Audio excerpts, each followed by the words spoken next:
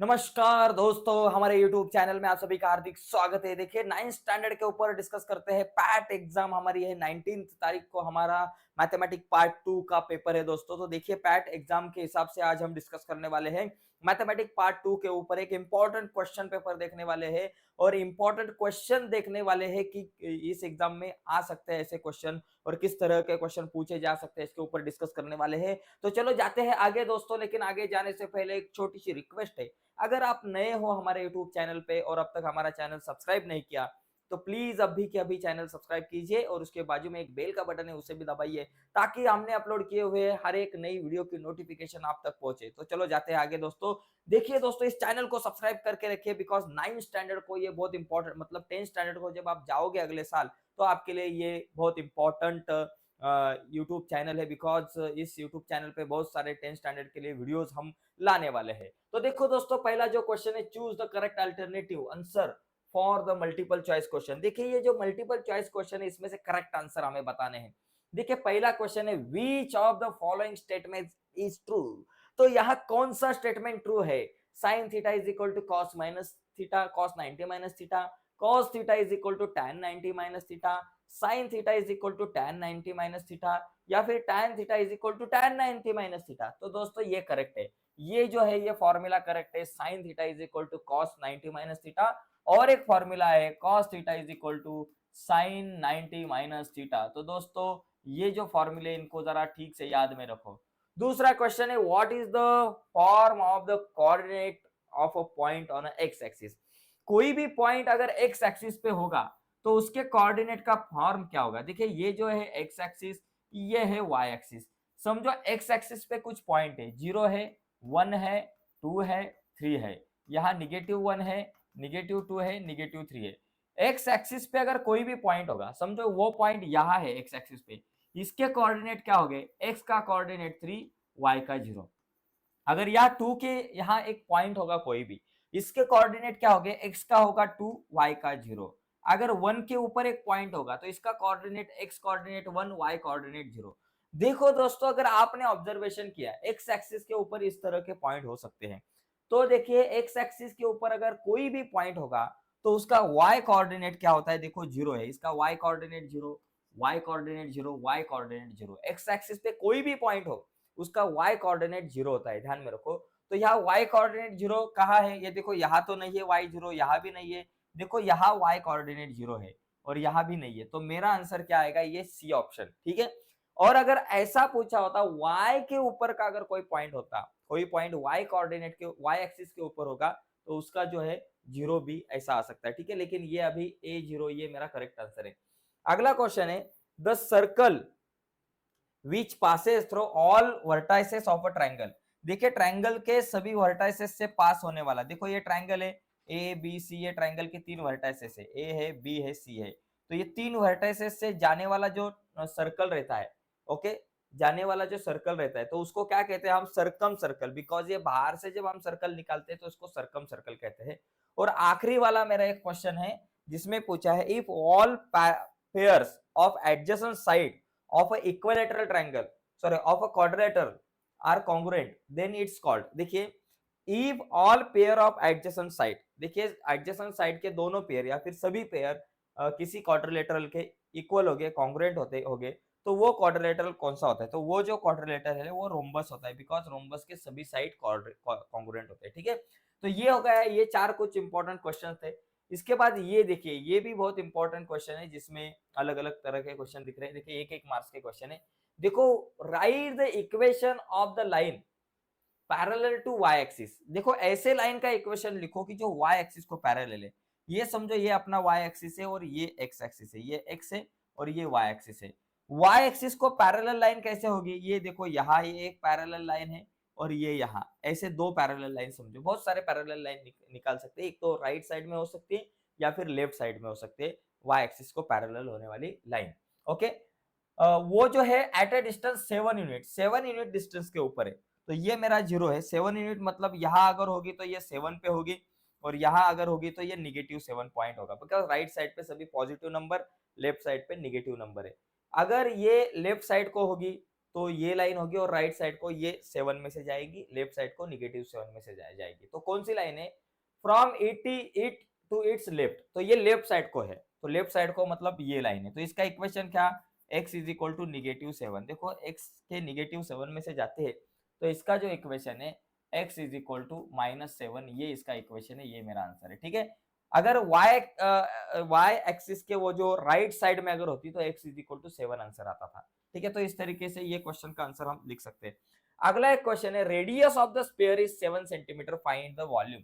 देखो कोई भी स्फीयर है, स्फीयर का वॉल्यूम, देखो volume of sphere, volume of sphere, देखो उसकी रेडियस 7 सेंटीमीटर, तो वॉल्यूम क्या? 4/3 पाई आर का क्यूब, ये वॉल्यूम रहता है किसका? स्फीयर के वॉल्यूम का फॉर्मूला।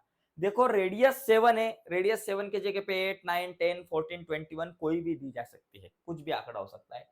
और वॉल्यूम के जगह पे वॉल्यूम निकालो, टोटल सरफेस एरिया निकालो, या फिर कर्व सरफेस एरिया निकालो, या फिर सरफेस एरिया निकालो, ऐसा भी क्वेश्चन आ सकता है। तो जैसा क्वेश्चन आएगा वैसा हमें आंसर लिखना है। तो फॉर्मूला हमें लर्न चाहिए, 4/3 इंटू पाई के वैल्यू 22/7 और रेडियस है 7 इंटू 7, आर का क्यूब, रेडियस 7 है तो 7 का क्यूब, तो ये 7 कैंसिल हो गए। 4 इंटू 22 मेरे पास कितने आ गए बाबा? 88 आ गए, और 7 जा 49 आ गए, डिवाइडेड बाय 3। अभी हम क्या करेंगे? 49 इंटू 88 ये मल्टीप्लीकेशन करेंगे और उसको 3 से डिवाइड करेंगे। देखो यहाँ 88 को 49 से मल्टीप्लाई करेंगे, कुछ भी करो, 8 9 जा 72 के 2 ऊपर आए 7, 8 4 जा 32, 32 प्लस 7 39 हो गए। ओके, यहाँ एक जीरो लिया, 8 9 जा 72, 72 के 2 ऊपर आए 7, 8 4 जा 32, 32 प्लस 7 39। तो मेरा आंसर आएगा 2, 9 प्लस 2 11, इधर आया 1, 9 प्लस 1 10 और ये 13 का 3, इधर आया 1, 4 3 1 2, 4312 आंसर आया और डिवाइडेड बाय 3। तो इसको अभी 3 से डिवाइड करेंगे। चलो 4312 को मैं 3 से डिवाइड करता हूँ, तो 3 1 जा 3, देखो 4 में से 3 गए, 1 ऊपर से आए 3, 3 4 जा 12, 13 में से 12 गए, 1 ऊपर से आए 1, 3 3 जा 9, 11 में से 9 गए 2, ऊपर से ये आए 2, 3 7 जा 21, तो 22 से 21 गए, जीरो आ गए, 1 आ गए और ये जीरो लिया, ऊपर एक पॉइंट लिया, और 3 3 जा 9, तो 1437.3, 1437.3 ये मेरा आंसर आएगा सेंटीमीटर का क्यूब। तो कैलकुलेशन इंपॉर्टेंट है दोस्तों, देखो फॉर्मूला लिखना है और कैलकुलेशन करना है। क्या आंसर आया बाबा? 1437.3 सेंटीमीटर का क्यूब, ये मेरा वॉल्यूम आ गया। तो इस तरीके से ये क्वेश्चन हम सॉल्व कर सकते हैं। चलो इसको मैं रफ करता हूँ।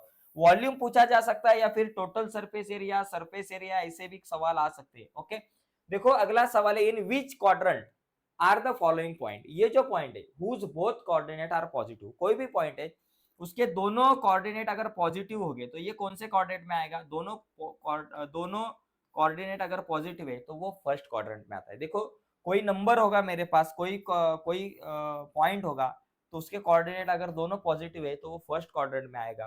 पहला निगेटिव दूसरा पॉजिटिव है तो वो सेकंड क्वाड्रेंट में आएगा। पहला निगेटिव दूसरा निगेटिव, दोनों निगेटिव हो गए तो थर्ड क्वाड्रेंट में आएगा। पहला पॉजिटिव दूसरा निगेटिव होगा तो ये फोर्थ क्वाड्रेंट में आएगा। ओके, देखो अगर मेरे पास एक पॉइंट है 7 8, दोनों कोऑर्डिनेट पॉजिटिव तो ये फर्स्ट क्वाड्रेंट में। समझो -7 और +8 है, ये सेकंड क्वाड्रेंट में आएगा, बिकॉज पहला माइनस दूसरा प्लस है। अगर दोनों भी माइनस है, -7 -8 है, तो ये आएगा थर्ड क्वाड्रेंट में। ओके, और उसके बाद +7 और -8 है, या फिर ओनली 7 और 8 दिया है, -8 दिया है, तो ये फोर्थ क्वाड्रेंट में आएगा। 7 और -8 है। तो देखिए आंकड़े जो है वो इंपॉर्टेंट नहीं है, आंकड़े तो सेम है लेकिन साइन का हिसाब है यहाँ। ओके, तो आपको ये पहचानना आना चाहिए कि कौन सा पॉइंट कौन से क्वाड्रेंट में है। इस तरह का सवाल एक मार्क्स को हमें आ सकता है। अभी देखो अगला क्वेश्चन है, if the diagonal of a square, एक स्क्वायर है उसका डायगोनल 12√2 है, then find the perimeter of a square. देखो डायगोनल मतलब, देखो मेरे पास ये अगर स्क्वायर है ABCD, एक स्क्वायर है क्वाड्रिलेटरल, इसके सभी कोऑर्डिनेटर सभी एंगल जो है वो 90 डिग्री के होते हैं और सभी साइड जो है वो कॉन्ग्रुएंट होती है। हमें क्या दिया है? तो डायगोनल मतलब ये जो AC है ये 12√2 दिया है, तो मुझे पेरीमीटर निकालनी है स्क्वायर की। तो स्क्वायर की पेरीमीटर जो है उसका फॉर्मूला क्या रहता है? 4 इंटू साइड। तो पेरीमीटर निकालने से पहले मुझे साइड निकालनी है। तो साइड कैसे निकालेंगे? देखो सभी साइड जो है वो कॉन्ग्रुएंट रहते हैं, एक्स एक्स एक्स रहते हैं। देखो side of square is x. तो साइड निकालने के लिए मैं क्या करूंगा, ये देखिए ये राइट एंगल ट्रायंगल है और ये राइट एंगल ट्रायंगल में मैं पाइथागोरस का थ्योरम यूज करके मैं साइड निकाल सकता हूँ। तो पाइथागोरस का थ्योरम यूज किया यहाँ, तो A C square is equal to A B square plus B C square हो जाएगा।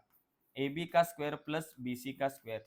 ए सी मेरे पास 12√2 है, तो यहाँ लिखूंगा 12√2 का स्क्वायर, 12√2 का स्क्वायर लिखूंगा is equal to A B का स्क्वायर, ए बी एक्स है, बी सी एक्स है, तो ए बी का स्क्वायर मतलब एक्स का स्क्वायर प्लस एक्स का स्क्वायर। 12 का आता है 144 इंटू √2 का आया 2 is equal to x square 2x square. अभी 2 तो कैंसिल हो गए, तो x square is equal to मेरे पास कितना आया 144।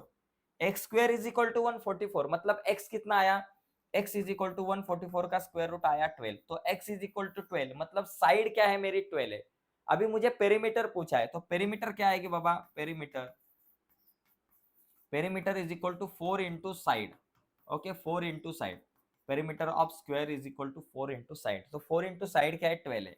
ओके तो 12 4 जा 48 सेंटीमीटर, ये मेरी आ गई पेरीमीटर।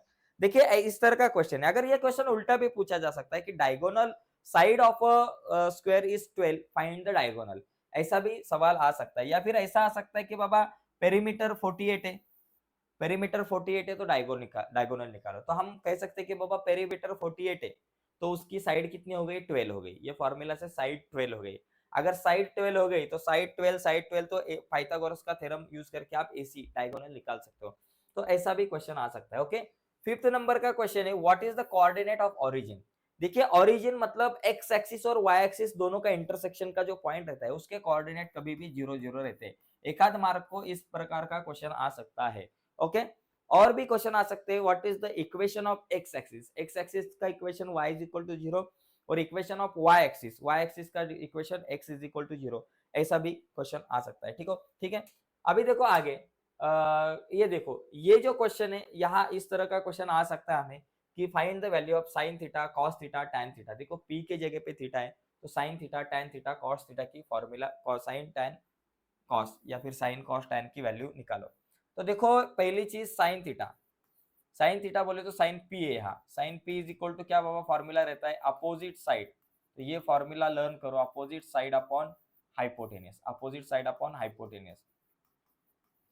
ओके अभी मुझे बताओ साइन पी, तो पी के सामने की बोले तो ये अपोजिट साइड, ये अपोजिट साइड, ये एडजेसेंट साइड और ये अपना हाइपोटेनियस। ओके अपोजिट साइड है क्यू आर, तो लिखेंगे क्यू आर अपॉन हाइपोटेनियस है पी आर, तो यहाँ लिखा पी आर। दूसरा है cos p is equal to क्या बाबा एडजेसेंट साइड, शॉर्टकट में लिखता हूँ एडजेसेंट साइड अपॉन हाइपोटेनियस। ठीक है हाइपोटेनियस, तो यहाँ एडजेसेंट साइड क्या है बाबा, ये देखो पी क्यू एडजेसेंट साइड है और हाइपोटेनियस अपना पी आर है, तो यहाँ होगा P Q upon P R, P Q upon P R. तीसरा क्वेश्चन है टैन पी, साइन हो गया कॉस हो गया टैन पी। अभी टैन पी की वैल्यू क्या बाबा, टैन पी मतलब क्या फॉर्मूला रहता है opposite side upon adjacent side. Okay opposite side upon adjacent side, ये पता होना चाहिए opposite side upon adjacent side. अभी मुझे बताओ अपोजिट साइड टैन पी बोले तो पी के अपोजिट कौन है क्यू आर, एडजेसेंट कौन है P Q r upon P Q r upon P Q. तो देखो इस तरीके से दोस्तों इस क्वेश्चंस को हम सॉल्व कर सकते हैं, एकदम इजी है। चलो अभी आगे जाते हैं, ये हो गया हमारा ये क्वेश्चन। अभी इसमें क्या हो सकता है मालूम है क्या, पी क्यू आर के जगह पे ट्राइंगल का नाम एबीसी हो सकता है, ऐसा भी हो सकता है, या फिर थीटा यहाँ है तो यहाँ भी हो सकता है थीटा। अगर साइन आर होता तो आपका फॉर्मूला थोड़ा सा फॉर्मूला वही रहता, लेकिन अपोजिट साइड जो है एडजेसेंट साइड है वो बदलती। तो इस तरह का एक क्वेश्चन भी आ सकता है। आगे देखो आगे क्या है बाबा, side of cube is 4.5 centimetre, find the surface area of all vertical faces and surface area of the cube. तो ये सवाल हमें पूछा है, यहाँ क्या दिया है कि बाबा side of a cube, cube की जो साइड है, साइड मतलब एल कहेंगे, वो मेरे पास है 4.5 सेंटीमीटर। अभी मुझे दो चीजें, find the surface area of all vertices. तो पहला जो सवाल है मुझे पूछा है surface area of all vertical surfaces. तो वर्टिकल फेसेस के सरफेस एरिया का फॉर्मूला है 4l², 4 into side square. 4 into side क्या है बाबा, 4.5 का स्क्वायर। तो 4 इंटू 4.5 का स्क्वायर मतलब 45 का स्क्वायर। देखो 45 का स्क्वायर करना है आपको तो एक ट्रिक है, आखिर में अगर 5 नंबर डिजिट 5 नंबर है, आखिर में अगर 5 होगा लास्ट में यूनिट प्लेस पे, तो उसका अगर स्क्वायर करना है तो पहले 5 का स्क्वायर करो 25, 4 के बाद आने वाला नंबर 5, तो 4 इंटू 5 करो, 4 5 जा 20, सो 20.25 मेरा आंसर आएगा, 20.25। तो अभी ये दोनों का मल्टीप्लीकेशन करो, 20.25 का इंटू 4 करो, 4 इंटू 20.25, तो 4 5 जा 20 का 0, ऊपर आया 2, 4 टू द 10 और 2, 4 टू द 8 और 2 10, पॉइंट लिया, ऊपर आया 1, 4 0 0, ये 1 आया, 4 टू द 8, तो 81 आया, 81 स्क्वायर सेंटीमीटर, ये मेरा आंसर आया, या फिर 81 सेंटीमीटर का स्क्वायर। तो ऐसे हम इस क्वेश्चन का आंसर निकाल सकते हैं। इसके बाद मुझे और एक क्वेश्चन है इसमें कि total surface area of the cube. अभी टोटल सरफेस एरिया क्या होगा, total surface area, surface area, अभी टोटल सरफेस एरिया का फॉर्मूला क्या, 6 इंटू एल का स्क्वायर, एल का स्क्वायर ये फॉर्मूला है। 6 इंटू एल कितना है, 4.5 का स्क्वायर, 6 इंटू 4.5 का स्क्वायर। देखो यहाँ हमने निकाला था 20.25, तो यहाँ लिख सकते हैं 20.25। अभी मल्टीप्लीकेशन करो, 6 5 जा 30, 0 लिया, ऊपर आए 6, ऊपर आए 3, 6 2 जा 12, 12 और 3 मेरे पास आ गए 15, 15 का 5, ऊपर आया 1, 6 0 जा 0 और ये 1, और 6 2 जा 12, तो ये आ गया स्क्वायर सेंटीमीटर। ये दोनों का मल्टीप्लीकेशन 121.50 स्क्वायर सेंटीमीटर। यहाँ अगर आपको वॉल्यूम पूछा जाता, चलो वॉल्यूम निकालो, वॉल्यूम, तो वॉल्यूम के लिए क्या फॉर्मूला होगा, यल का क्यूब, यल का क्यूब मतलब 4.5 का क्यूब, जो आंसर आएगा वो आप लिख सकते हो। तो ऐसा भी सवाल पूछा जा सकता है। देखिए दोस्तों, सरफेस एरिया एंड वॉल्यूम ये जो चैप्टर है बहुत इंपॉर्टेंट है। इस चैप्टर में जितने भी फॉर्मूलाज है वो सभी फॉर्मूला लर्न करो अच्छी तरह से, बिकॉज अगले स्टैंडर्ड में 10th स्टैंडर्ड को ये चैप्टर में जितने फॉर्मूला है वो सभी के सभी फॉर्मूला हमें यूज करने हैं अगले स्टैंडर्ड में, ये ध्यान में रखो। अभी देखो अगला एक क्वेश्चन है 3rd नंबर का, if the ratio of measure of two adjacent angle of parallelogram. समझो मेरे पास एक पैरेललोग्राम है इस तरह का, और इस पैरेललोग्राम का नाम है एबीसीडी। मैं आंसर शॉर्टकट में लिखता हूं बिकॉज समय कम है। यहां हमें क्या किया है कि measure of angle of two, sorry देखो, the ratio of measure of two adjacent angle, जो एडजेसेंट एंगल देखिए ये ऐसे, ये एडजेसेंट एंगल, उनका क्या है रेशियो 1:2, बोले तो एक एक्स है तो दूसरा एंगल 1x है, मतलब angle b is to angle C is equal to 1:2 है। इसका मतलब एंगल बी का मेजरमेंट हम x कहेंगे और एंगल सी का जो मेजरमेंट है वो 2x कहेंगे, ठीक है। तो ये एडजेसेंट एंगल हो गए, और हमें क्या पूछा है, find the measure of all angle. तो देखो sum of adjacent angle of parallelogram is 180। ये जो एडजेसेंट एंगल रहते हैं B plus C 180, C plus D 180, B plus A 180, A plus D 180, adjacent angle की सम 180 रहती है। तो ये ध्यान में रखो और लिखो angle B plus angle C is equal to 180 degree. B x है, सी 2x है, इज इक्वल टू 180 डिग्री हो गया। x प्लस 2x कितना हो गया, 3x। तो मैं यहां लिखूंगा 3x is equal to 180 degree. x अपने जगह पे 180, अपने जगह पे 3 मल्टीप्लाई ये बाजू में आया divided by x is equal to 3 6 जा 80, तो 60 degree. x is equal to कितना हो गया, 60 डिग्री। x 60 डिग्री मतलब angle b is equal to x है is equal to 60 degree. Angle c का मेजरमेंट क्या है बाबा, 2x है। c का मेजरमेंट 2x मतलब 2 इंटू 60 हो गया, 2 6 जा 12, बोले तो 120 डिग्री। एंगल a और d अभी बचा है। एंगल a का मेजरमेंट और एंगल c का मेजरमेंट इक्वल होगा बिकॉज a और c अपोजिट एंगल है। Opposite angle of parallelogram are equal, therefore a is equal to c। a का मेजरमेंट में मुझे 120 है, सॉरी c का मेजरमेंट 120, तो a का भी 120 डिग्री होगा। और एंगल b जो d जो है इसका भी मेजरमेंट निकालेंगे, d is equal to angle b, because d और b अपोजिट एंगल है। ओके, इज इक्वल टू कितना होता है, 60 डिग्री। यहाँ लिखो अपोजिट एंगल वगैरह। तो major of angle of parallelogram are 60 degree, 120 degree, 120 degree, 60 degree, इस तरीके से हम ये लिख सकते हैं, ठीक है। अभी अगला क्वेश्चन देखते हैं। तो ये क्वाड्रिलेटरल इस चैप्टर में का क्वेश्चन था। Radius of a circle with centre O is 4 centimetre. समझो मेरे पास ये सर्कल है, सर्कल का सेंटर है O और ये एक रेडियस है समझो OM, वो जो है वो 4 सेंटीमीटर दी है। Length of OP is 4.2 centimetre. समझो length of OP, is equal to 4.2 centimetre से where point P will lie. तो पॉइंट पी कहाँ हो सकता है? देखो ओपी 4.2 बोले तो ये 4 से आगे गया पी, बिकॉज ये 4.2 डिस्टेंस है, तो ये जो कहाँ आ गया, ये आउटसाइड द सर्कल। इसका जो ये कहाँ होगा, ये पॉइंट आउटसाइड द सर्कल। अगर समझो लेंथ ऑफ ओपी आपको 3.2 या फिर 3 सेंटीमीटर दिया होता, तो 3 सेंटीमीटर बोले तो अभी इनसाइड द सर्कल होता। अगर length of OP is equal to 4.2 centimetre same होता, सॉरी 4 सेंटीमीटर होता, 4 सेंटीमीटर तो ऑन द सर्कल। तो इस तरीके से कोई भी क्वेश्चन आ सकता है, तो उसका आंसर आपको लिखना चाहिए। अगला, radius of base of cylinder. तो यहां देखो ये थोड़ा सा क्वेश्चन अलग है। Radius of base of cylinder बोले तो radius is equal to r is equal to 20 centimetre. उसके बाद मुझे क्या दिया है, and height is equal to 13 centimetre. Okay, find its curve surface area and total surface area. तो दोनों क्वेश्चन है, कर्व सरफेस एरिया और total surface area. Curve surface area, surface area, तो कर्व सरफेस एरिया का formula क्या, पाई 2 pi R H, 2 pi R H, ये formula. 2 into pi की value 3.14 लेने को कहिए, ओके, इंटू आर रेडियस है 20, इंटू एच कितना है 13। तो ये दोनों का मल्टीप्लीकेशन हो गया 6.28 इंटू ये 20 और इंटू ये 13।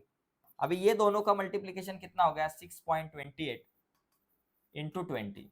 तो क्या हो गया, ये जीरो लिखा, 2 8 जा 16, ऊपर आया 1, 2 2 जा 4 और एक 5 हो गया, और 2 6 जा 12 हो गया, 1 2 5 6, एक दो नंबर छोड़ के पॉइंट 125.6, 125.6 इंटू 13।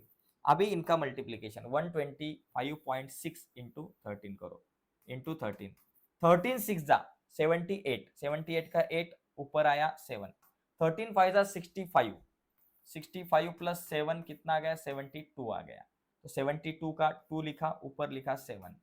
उसके बाद 13 2 जा 26, 26 प्लस 7 कितना आ गया बाबा, 33, 33 का 3 ऊपर आया 3, 13 1 जा 13, 13 1 जा 13 और 3 कितना हो गया 16, 16328, एक नंबर छोड़ के पॉइंट, तो 1632.8 स्क्वायर सेंटीमीटर। तो दोस्तों कैलकुलेशन इंपॉर्टेंट है, खाली फॉर्मूला लिखना है, कैलकुलेशन इंपॉर्टेंट है, ओके, और कैलकुलेशन करना है, फॉर्मूला लिख के उसमें वैल्यू फिल करके हमें आंसर निकालना है, बाकी कुछ नहीं। अभी मुझे टोटल सरफेस एरिया पूछा है, total surface area, surface area, तो उसका फॉर्मूला क्या बाबा, तो उसका फॉर्मूला है 2 pi r in bracket r plus h. तो इसमें खाली वैल्यू डालकर आपको आंसर निकालना है। तो इस तरह के क्वेश्चन आ सकते हैं, इसलिए हमें इस चैप्टर में से सभी फॉर्मूले अच्छी तरह से लर्न करने हैं, ओके। अभी ये देखो, ये cos square 45 plus sin square 30 की वैल्यू, तो इस तरह का कोई भी क्वेश्चन आ सकता है। यहाँ देखो science cos square 45 sin square 30 है, तो cos 45 की वैल्यू कितनी रहती है, 1/√2 रहती है, अभी स्क्वायर है इसलिए उसका स्क्वायर। sin 30 की वैल्यू कितनी रहती है, 1/2 रहती है, उसका स्क्वायर है इसलिए स्क्वायर। अभी 1/√2 का स्क्वायर, 1 का स्क्वायर 1, √2 का 2, 1 का स्क्वायर 1 और ये 2 का 4। अभी क्रॉस मल्टीप्लीकेशन, 4 1 जा 4 प्लस 2 1 जा 2 डिवाइडेड बाय 4 2 जा 8, 4 प्लस 2 6/8, 6/8 कितना हो गया बाबा, 6/8, दोनों 2 के टेबल में, 2 3 जा 2 4 जा, ये आ गया मेरा आंसर। तो दोस्तों इस तरीके से ये क्वेश्चन आ सकता है, बहुत ही इजी सवाल है।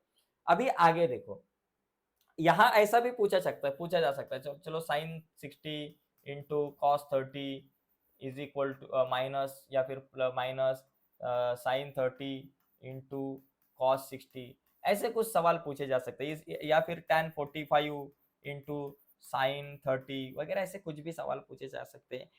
खाली आपको वो टेबल जो है वो पता होना चाहिए, टेबल अच्छी तरह से आपने लर्न किया होना चाहिए, ठीक है। अभी अगला सवाल देखते हैं। देखिए अगले 3-3 मार्क्स के कुछ क्वेश्चन है, तो ऐसे क्वेश्चन आ सकते हैं। अभी सबको सॉल्व करना थोड़ा सा हार्ड है, लेकिन देखो आपको इन सर्कल निकालने के लिए कहा जा सकता है, कोई भी ट्रायंगल निकालो और इन सर्कल निकालो, या फिर कंस्ट्रक्ट द पीक्यूआर, कोई भी ट्रायंगल निकालकर सर्कम सर्कल। इन सर्कल मतलब अंदर से सर्कल निकाल सकते हैं, और सर्कम सर्कल मतलब बाहर से। या फिर ऐसा भी आ सकता है कि construct in circle and circum circle of equilateral triangle DSP. अभी ये इक्विलेटरल ट्रायंगल निकालो, मतलब जिसके सभी साइड कॉन्ग्रुएंट है। अभी नाम बदल सकता है, एबीसी हो सकता है, पीक्यूआर हो सकता है, लेकिन इक्विलेटरल ट्रायंगल निकालो और उसकी साइड क्या बाबा 7.5 सेंटीमीटर है। यहाँ भी आंकड़े बदल सकते हैं, आंकड़े बदल सकते हैं, आंकड़े बदल कर आ सकता है क्वेश्चन, जैसे कि यहाँ भी आ सकता है जो साइड है 7.5 के अलावा 5 सेंटीमीटर 6 सेंटीमीटर है, कुछ भी एक इक्विलेटरल ट्रायंगल निकालो जिसकी साइड कुछ भी है और उसका सरकम सर्कल और इन सर्कल निकालो, या फिर खाली सरकम सर्कल निकालो उसका, या फिर खाली इन सर्कल निकालो, या फिर सरकम सर्कल और इन सर्कल दोनों भी निकालो, ऐसा सवाल आ सकता है। लेकिन ये इस प्रकार का सवाल, इन तीनों में से एक प्रकार का सवाल आ सकता है, आंकड़े वगैरह बदल कर आता है, हर साल एग्जाम को आता है हमको, इसलिए ये टाइप के क्वेश्चन को हमें ज्यादा ठीक से लर्न करना पड़ेगा। अगला एक क्वेश्चन है, देखो ये टाइप का क्वेश्चन ट्रिग्नोमेट्री में ये आ सकते हैं, और ये देखो ये आपको ग्राफ निकालना दोस्तों आना चाहिए, ये बहुत इंपॉर्टेंट है, बिकॉज इस साल के लिए नहीं है, अगले साल के लिए भी इंपॉर्टेंट है, मतलब 10th स्टैंडर्ड को भी ग्राफ निकालने के लिए आता है हमें। तो ये ग्राफ कैसे निकालना, चलो x plus y is equal to 5 इसका ग्राफ निकालना है, x plus y is equal to 2, x plus y is equal to 3, x plus y is equal to 4, x plus y is equal to 5, x plus y is equal to 6, x plus y is equal to 7, x plus y is equal to 8, x plus y is equal to 9, कुछ भी आंकड़ा हो सकता है। समझो x plus y is equal to 5 का अगर मुझे ग्राफ निकालना है, x plus y is equal to 5, तो क्या करना है, इक्वेशन को 5 के स्वरूप में लिखो, y के स्वरूप में लिखो, y को अपने जगह पे 5 अपने जगह पे x प्लस है, वो बाजू में गया x माइनस हो गया, तो मेरे पास जो इक्वेशन बना y को एक बाजू में रखकर y is equal to 5 minus x. अभी मुझे ये टेबल बनाना है, इसका ग्राफ निकालने के लिए एक टेबल बनाना पड़ता है, देखो x है, y है और एक्स वाई है, अभी मैं टेबल बनाऊंगा। तो टेबल बनाने के लिए क्या करना पड़ता है कि x की जो वैल्यू है, जो x की वैल्यू आपको आपके मन से लेनी है, मन से मतलब कुछ भी लो, 1 2 3 4 5 6, लेकिन छोटे छोटे नंबर लो, चलो मैं 1 2 3 ये x की वैल्यूज लेता हूँ। तो अभी x की वैल्यू मन से लेने के बाद y की वैल्यू निकालनी है, तो x 1 होगा तब y कितनी होगी, x की वैल्यू अगर 2 लेते हैं तो y की वैल्यू कितनी होगी, x अगर 3 होगा तो y की वैल्यू कितनी होगी, ये निकालना है।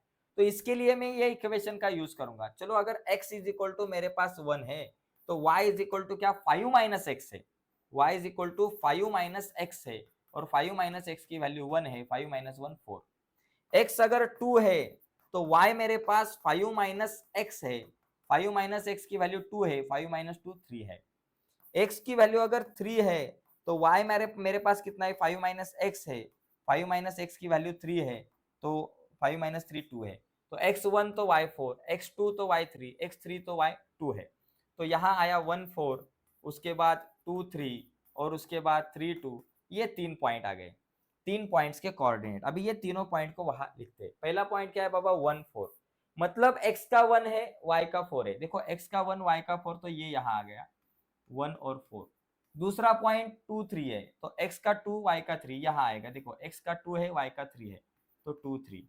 और तीसरा जो पॉइंट है वो मेरा 3 2 है, मतलब x का इधर 3 और y का 2, तो ये यहाँ आया 3 और 2, तो यहाँ लिया 3 और 2। अभी ये 3 पॉइंट में से जाने वाली एक लाइन हम निकालते हैं इस तरीके से, 3 पॉइंट में से जाने वाली लाइन निकाली, और इसको मैं क्या कहूंगा x plus y is equal to 5 कहूंगा, ये बन गया मेरा एक ग्राफ। तो इस तरीके से ये ग्राफ निकालते हैं, और इसी तरीके से ये दूसरा ग्राफ, जैसे कि y को मैं एक बाजू में रखूंगा, -3 राइट साइड में गए, +3x हो गए, फिर y is equal to 1, x equal to 1 होगा तो y की वैल्यू 3 1 जा 3 होगी, x2 होगा तो y की वैल्यू 6 होगी, x3 होगा तो y की वैल्यू 9 होगी, या फिर आप 0 भी ले सकते हो x की वैल्यू। तो इस तरीके से ग्राफ आपको निकालना है दोस्तों, मैं बाजू में होता हूँ, इसका अगर स्क्रीनशॉट लेना है तो आप ले सकते हो, ठीक है। यस, तो देखो अगला क्वेश्चन है, ये ग्राफ ठीक से करो, अगले साल 10th को भी है, देखो इस तरह का भी एक क्वेश्चन आपको आ सकता है। यहाँ क्या है, देखो एंगल P का मेजरमेंट 100 डिग्री 110 डिग्री है, then find the measure of angle ABCR। ये जो ABCR जो छोटा वाला क्वाड्रिलेटरल है उसके एंगल के मेजरमेंट निकालने हैं, और दोनों भी पैरेललोग्राम है। अगर यहाँ आपने देखा क्वाड्रिलेटरल PQRS इज पैरेललोग्राम है, समझो ये एक पैरेललोग्राम है, तो पैरेललोग्राम के अपोजिट साइड एंगल्स कॉन्ग्रुएंट रहते हैं, और एडजेसेंट एंगल जो है उसकी सम 180 रहती है। तो यहाँ देखो ये P एंगल अगर 110 है तो R भी कितना होगा 110, तो यहाँ हम लिख सकते हैं कि बाबा angle P is equal to angle R is equal to 110 degree, because opposite angle, word opposite angle है, यह कहो कि क्या है बाबा अपोजिट एंगल से, और अपोजिट एंगल जो है वो कॉन्ग्रुएंट रहते हैं, ठीक है। अभी ये छोटे वाले क्वाड्रिलेटरल के बारे में देखते हैं। छोटा वाला क्वाड्रिलेटरल अगर आपने देखा, R अगर 110 है तो B भी आपका 110 होगा, और A प्लस R क्या है बाबा, दोनों की सम 180 रहती है। तो यहाँ हम लिख सकते हैं कि क्वाड्रिलेटरल ABCR इज पैरेललोग्राम, ये क्या है, पैरेललोग्राम है। तो पैरेललोग्राम है तो angle A plus angle R is equal to 180 degree because adjacent angle of parallelogram, ऐसा हम लिखेंगे। तो ए का मेजर पता नहीं है, आर है बाबा 110 इज इक्वल टू 180 डिग्री। तो एंगल ए अपने जगह पे 180 डिग्री, अपने जगह पे 110 प्लस है, दूसरे बाजू में गए माइनस 110। तो 180 में से 110 गए तो angle A is equal to 70 degree हो गया। ठीक है, ए का मेजरमेंट क्या हो गया बाबा, 70 डिग्री। तो अभी देखो ए 70 है तो सी भी कितना होगा, 70। ए और सी अपोजिट एंगल है, A is equal to C is equal to 70 degree. और एंगल आर और बी कॉन्ग्रुएंट है, B is equal to angle R is equal to दोनों की भी कितना हो गया, 110 डिग्री। और यहाँ लिखोगे अपोजिट एंगल ऑफ पैरेललोग्राम। तो मैंने शॉर्टकट में बताया है, लेकिन इसको डिटेल्स में आपको एग्जाम में लिखना है। तो इस तरह का भी एक क्वेश्चन आ सकता है। आगे देखो, यहाँ देखो, ये जो आपके बुक में, एक ध्यान में रखो दोस्तों, आपके बुक में जितने भी इस तरह के ये है, मतलब डायग्राम बेस्ड क्वेश्चन है, diagram based question, activity based, वो ठीक से करो बिकॉज एक्टिविटी बेस्ड क्वेश्चन आ सकते हैं बुक में। यहाँ क्या है, my both pair of opposite side are parallel. अगर अपोजिट साइड अगर पैरेलल है दोनों के, तो ये क्या होगा, पैरेललोग्राम होगा।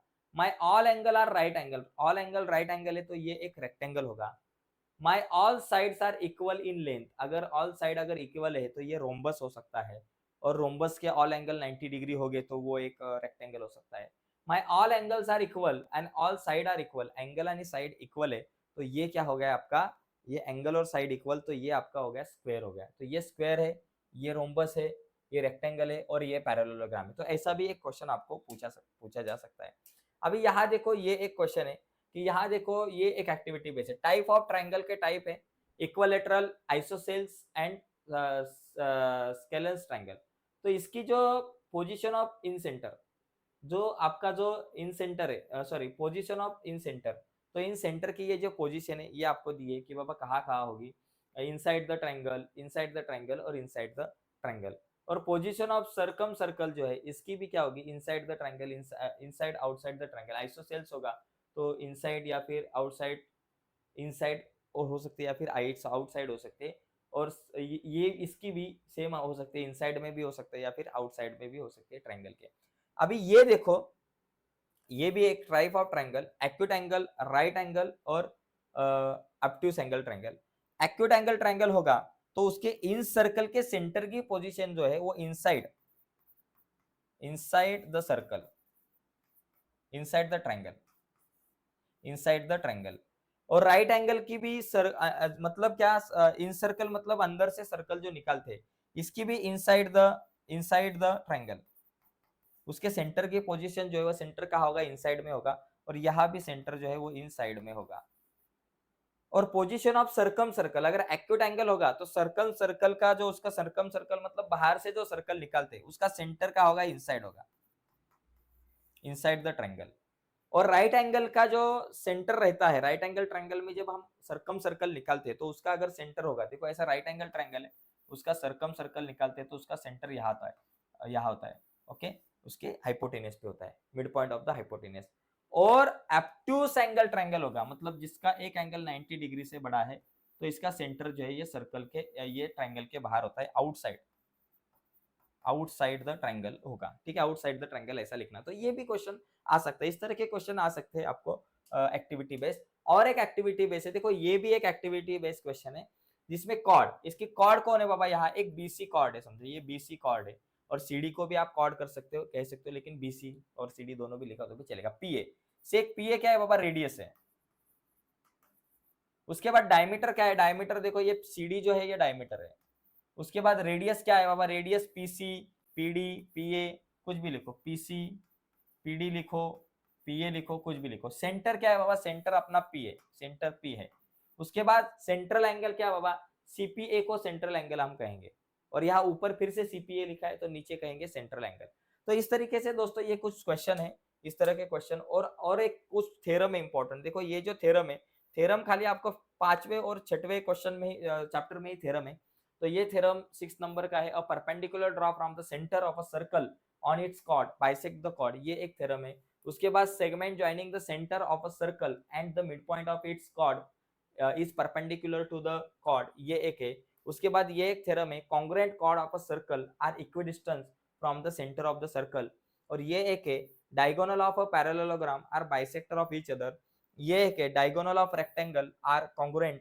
और उसके बाद ये है, equilateral equilateral sorry, a quadrilateral is parallelogram is a pair of its opposite sides is parallel and congruent।